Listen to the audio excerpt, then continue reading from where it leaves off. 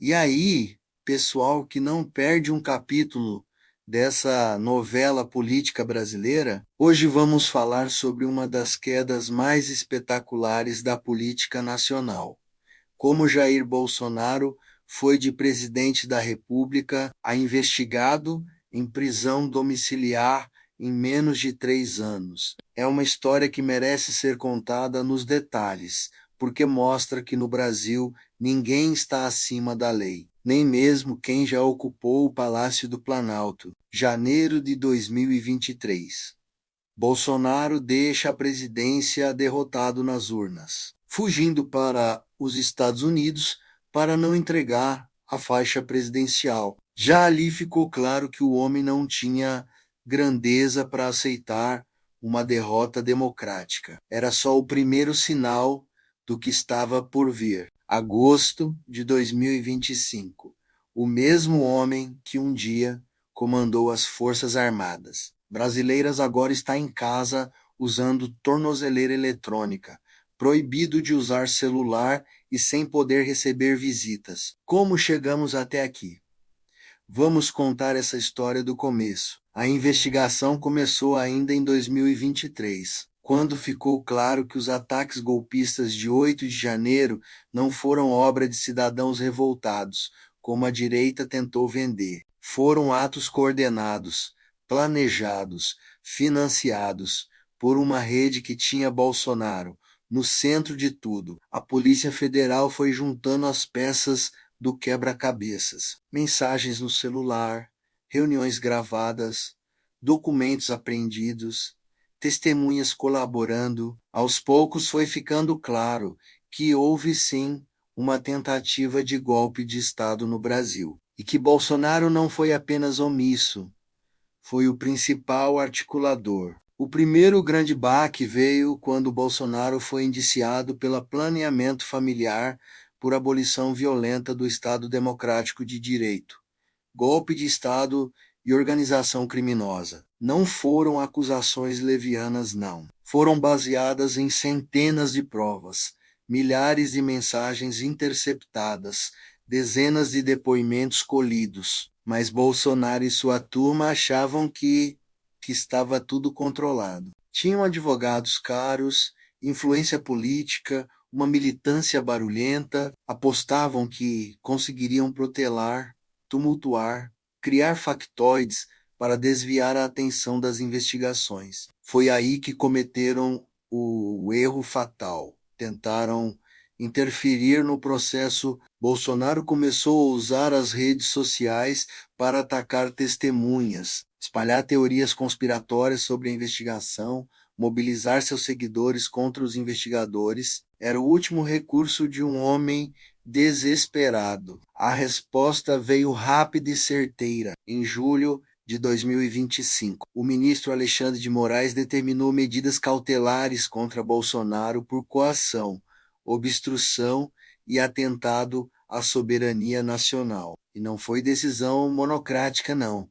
Foi confirmada por 4 votos a 1 pela primeira turma do STF. As medidas incluíam proibição de sair do Distrito Federal, proibição de usar redes sociais, proibição de manter contato com outros investigados. Era para Bolsonaro ficar quietinho enquanto a justiça fazia seu trabalho.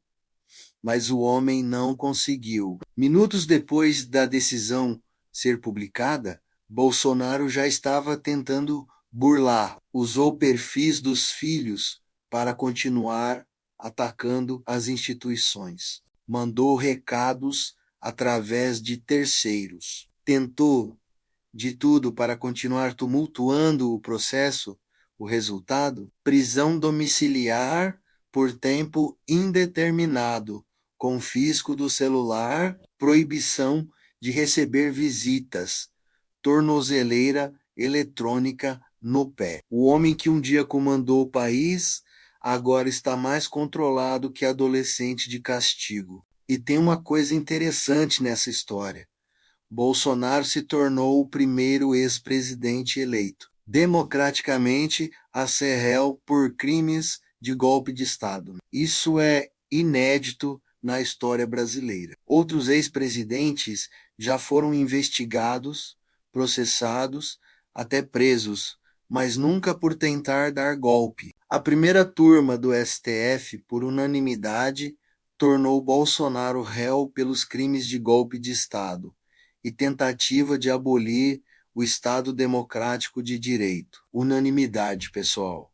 Não foi decisão apertada, não. Todos os ministros concordaram que há elementos suficientes para processar o ex-presidente, mas não para por aí. Bolsonaro soma hoje 10 inquéritos no STF. 10 é investigado por espalhar fake news, por ataques ao sistema eleitoral, por tentativa de golpe, por interferir nas eleições, por usar a máquina pública para fins eleitorais. É um festival de irregularidades. O mais simbólico de tudo isso é ver como caíram os poderosos. Bolsonaro tinha milhões de seguidores nas redes sociais, movimentava multidões, mobilizava empresários, influenciava militares.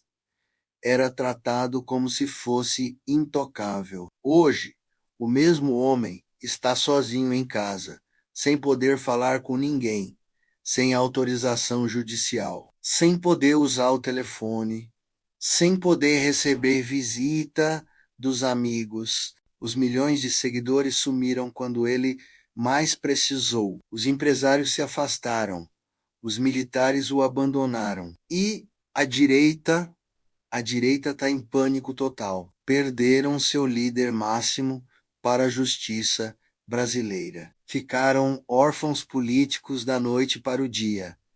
Alguns já estão migrando para outros candidatos. Outros ainda tentam defender o indefensável, mas com cada vez menos convicção. A investigação continua correndo. Novos fatos são descobertos toda semana. Novas provas são juntadas aos autos. Novas testemunhas são ouvidas. O cerco está se fechando cada vez mais em torno de Bolsonaro e seus comparsas. Tem uma lição importante nessa história toda.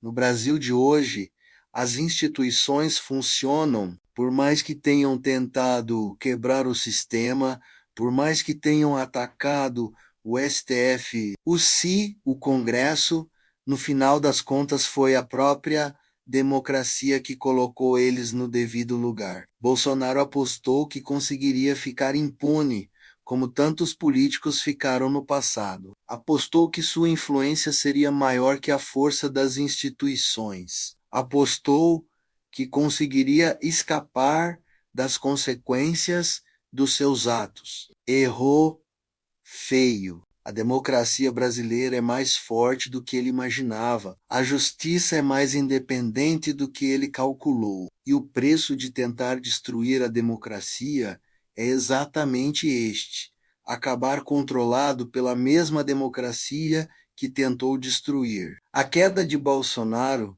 não é apenas a história de um homem que passou dos limites. É a história de um país que aprendeu a se defender. É a prova de que a democracia brasileira tem anticorpo suficiente para combater quem tenta envenenar o sistema. De presidente a investigado em prisão domiciliar, de comandante das Forças Armadas, a réu usando tornozeleira eletrônica. Este é o fim do reinado Bolsonaro acontecendo em tempo real diante dos nossos olhos.